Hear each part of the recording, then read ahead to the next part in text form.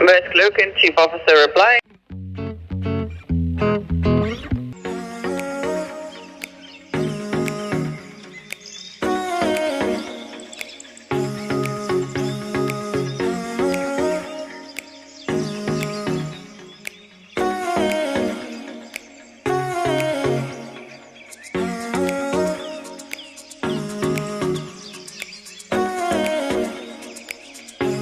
We're going down into 6 DD Foresight.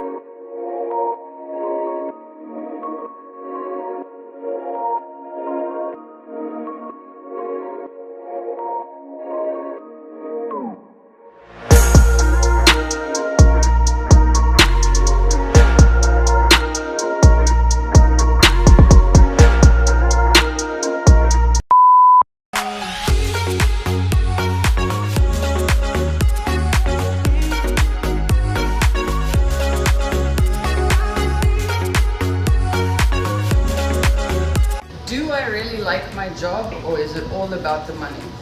After 16 years at sea, many things have changed, and what was once a job of passion has, for me, become kind of all about the money. I've become institutionalized. So it depends, I suppose, on the company you're in and the vessel you're serving on, but for me, working at sea pays the bills.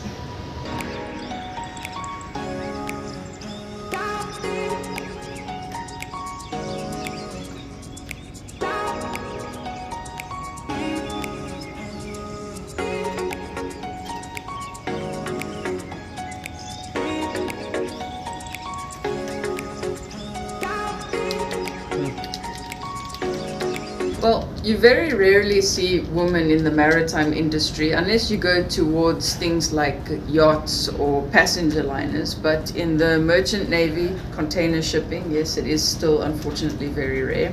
So why did I choose this field?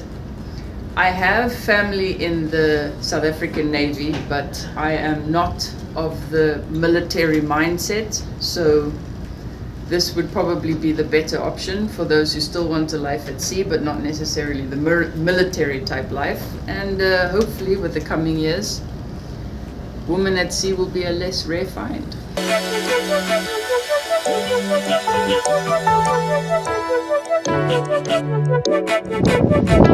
is my favorite job as a chief mate? Well, I suppose it's the fact that the chief mate actually has a lot of jobs, so nothing ever really gets boring. There's always a challenge in everything. But my personal favorite is I'm quite an organized person, so organizing storerooms, getting things cleaned up, making the ship neater and cleaner is always one of my favorite things, and to do proper inventories. It also works towards saving money when it comes to ordering. And then what is my favorite thing about this ship specifically? It would be familiarity. I've been on the same class of vessel now back to back for 5 years, so it's always nice to come back and you know what all the little things are, where the mistakes are and where things are going to go wrong, so you know more or less where to focus. So it makes life a little easier to know your surroundings, but it would also be nice to have a little bit of a challenge and do something different, but always keeping it up, keeping it real, change it up. Change is the spice of life. That is the chief mate's job.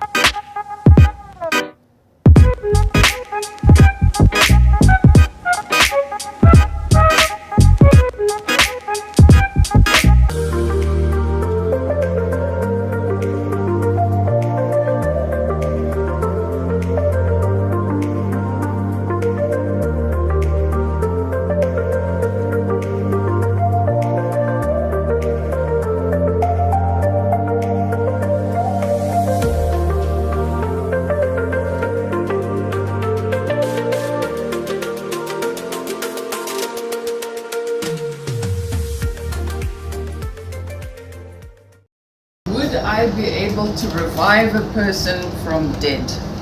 Not necessarily, but I could probably give surgery a pretty good go, but I leave no guarantees as to whether or not I'll leave my keys next to your spleen or you'll come out looking as pretty as you did going in.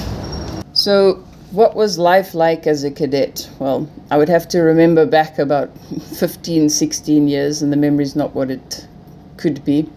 But I suppose two things stand out. Number one being the work was harder, but the life was simpler.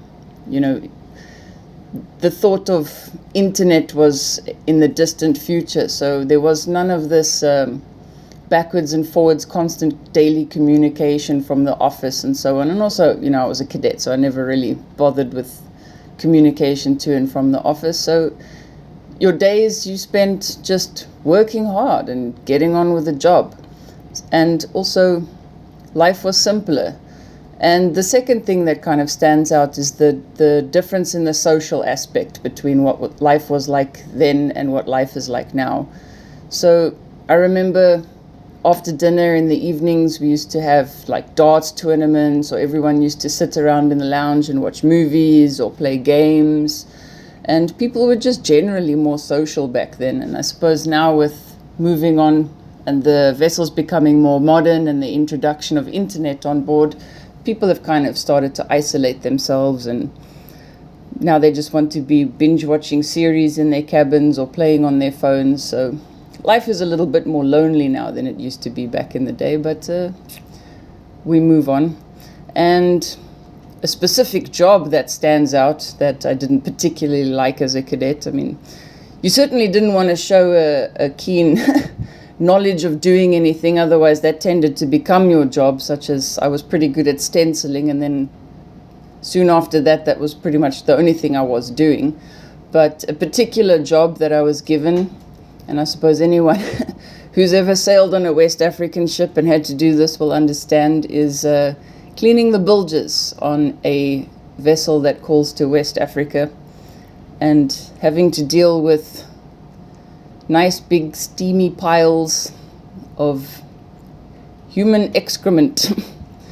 And one would think life would get better as you get older, but I can promise you, even 15 years later as chief officer, we were in dry dock last year, and myself and the surveyor were in the cargo holds looking at cargo hold ventilation trunks, and right there was a nice big steamy pile, and I was taken right back to my cadetship days. So I suppose the more things change, the more they stay the same.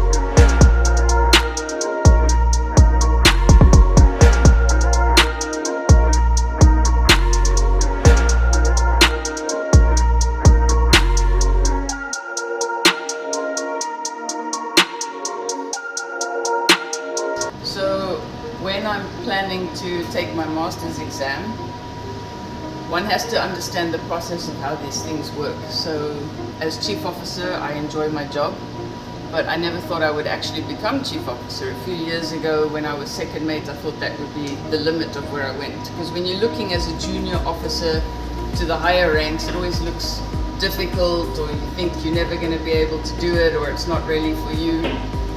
Even so much so that I actually left working at sea and I tried to work ashore until I realized that was definitely not the life for me. So I came back, and suddenly when I came back, I decided I wanted to be chief mate. So I worked for it, and every day I worked a little bit more and a little bit more, and as I got comfortable with it, I went for my exam, and then I went for promotion. So I feel going for my master's would probably work in the same way. It will be like an organic growth. Every day I'll work with the master. I've already started doing vessel handling, bringing the ship alongside, taking the ship away with the pilot.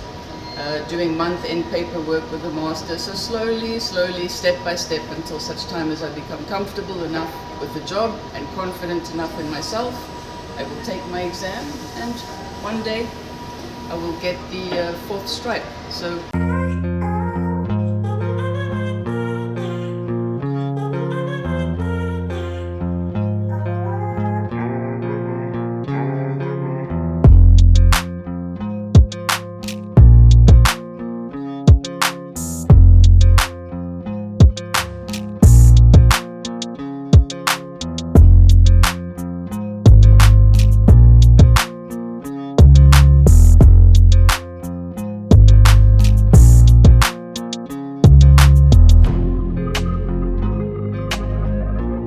Would I recommend this job to a girl student? Well, I understand the premise of the video being a highlight on females working at sea, female officers specifically, but shipping has moved along to a modern age where, we need to forget about the Jack Sparrow things we see on TV, where shipping used to be traditionally a male-dominated environment.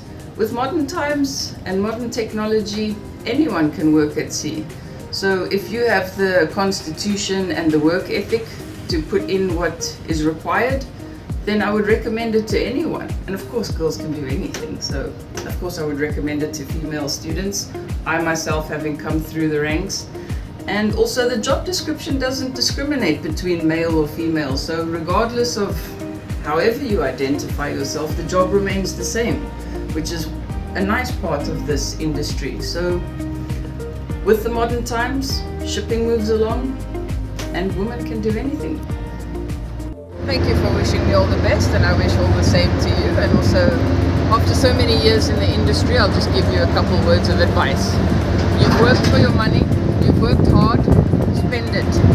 Don't lend anyone any money, because no one ever appreciates it and you'll never get it back, trust me. It just causes problems. And just keep things simple, keep them positive. So for those of you out there that have seen this video, this is just a tiny glimpse into just being a chief officer on a container vessel. You don't have to be specific. Now that you've been introduced into the world and you think that a life at sea or a job at sea would be something you'd be interested in, do your research. There is so many different fields out there for young men and young women, such as you can look into either working in office logistics for shipping, you can come to container shipping. If the military life is more for you, then you can always join the Navy. There is passenger liners, yachts, cargo ships, tankers, bulk carriers, offshore supply, oil rigs, so many options. Now that you've been introduced into the world, I am very happy for you, and also just do your research and see which way is the way that you would like to go, and the best of luck to everyone out there.